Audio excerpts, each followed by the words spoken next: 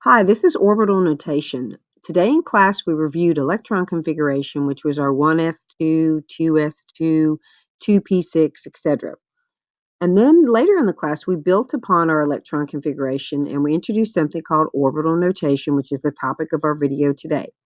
In class today, myself and somebody else stood at the front of the room and we were representing electrons. And we said that we were in an imaginary box or an orbital, and that each orbital or box could only hold two electrons for two people.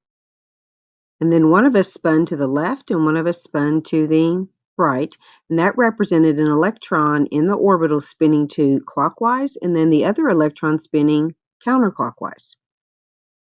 So then we kind of built upon that. If you look at the screen, our goal today is orbital notation. We know that the s block can hold how many electrons? Two. The s block can hold two electrons. Now, if we just said that each orbital or box can only hold two electrons, if the s block can only hold two, it can only have one box or one orbital. Because remember, each box or orbital can only have or hold two electrons. Now, our p block, if you recall, can have how many electrons? Right, 6. So since the p block can hold 6 electrons, they would actually get 3 orbitals because each orbital can hold 2 electrons. So 2, 4, 6. That's why we need 3 orbitals or 3 boxes. Our d block can hold how many electrons? 10. Great. So since the d block can have 10 electrons and each orbital can only hold 2 electrons, that means I have to have 5 orbitals. F block can hold how many electrons? 14, most excellent. And when you look, if it can hold 14 electrons and each orbital can only hold 2 boxes, it has to have 7 orbitals. 7 times 2 would be 14. So this was our introduction to orbital notation. The boxes are going to represent the orbitals. Now what we want to do is we want to take our electron configuration and we want to turn it into orbital notation. So the first thing I want you to do is do the electron configuration for oxygen. So go ahead and pause the tape and write the electron configuration for oxygen.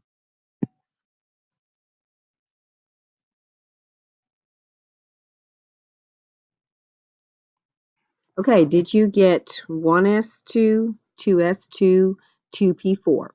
Okay, that is the electron configuration for oxygen. Now what you want to do is you want to do what's called the orbital notation. Now we just said that s's can have how many orbitals or boxes? If you look over here, s's can have 1. So we would draw 1 box. Underneath it, you would write the period and the block. So it's period 1, block S. Now if you look up here, this tells you how many electrons you used.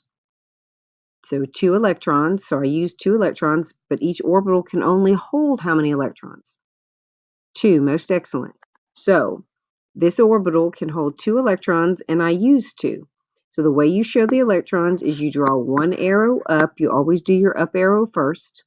That's me spinning to the left. And then you draw your down arrow to represent the other person that is spinning counterclockwise. So the arrows represent the electrons. So 1s, 2 arrows for 2 electrons.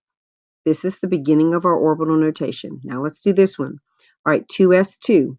S once again gets how many orbitals? You look over here, S gets 1. So underneath it, you write the period in the block. So 2s. And how many electrons did you use? 2, excellent. And each orbital can only hold how many? 2, most excellent. So I'm going to use 2 electrons in my orbital. So I'm going to go up and then I'm going to go down. So this should be 1s2, 2s2. Okay, P, how many boxes or orbitals is it allowed to have? If you look over, it can give you 3. Remember, each orbital can only hold how many electrons? 2, most excellent. Underneath it, put px, py, and pz. And then you also want to write what period And what block? We're in period 2, block P. Now, each box can hold 2 electrons for a total of how many? 6. Excellent. So it can hold 6 electrons, but if you look up here, we only used how many? 4. So what you want to do is we need to place our 4 electrons in our orbitals. But remember what we said in class, you have to go up, up, up before you go down, down, down. You must fill all your ups.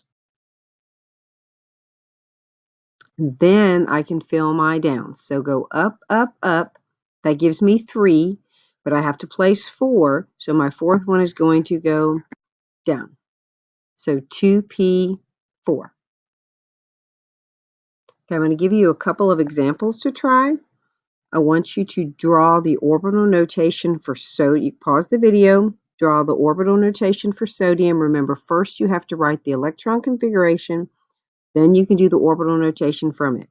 So I want you to pause the video and write the electron configuration for sodium and try the orbital notation for sodium, and then unpause it and play it when you're ready.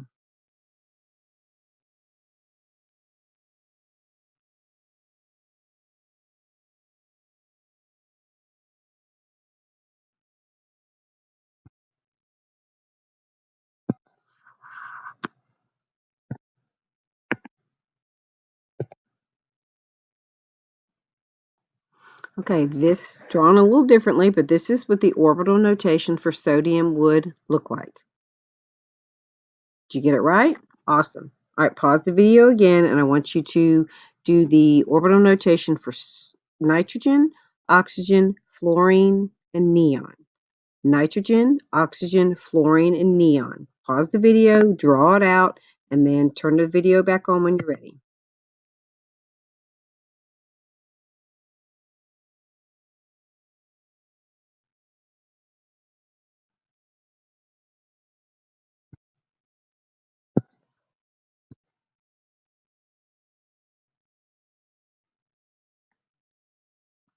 All right, here's your answers for nitrogen, oxygen, fluorine, and neon.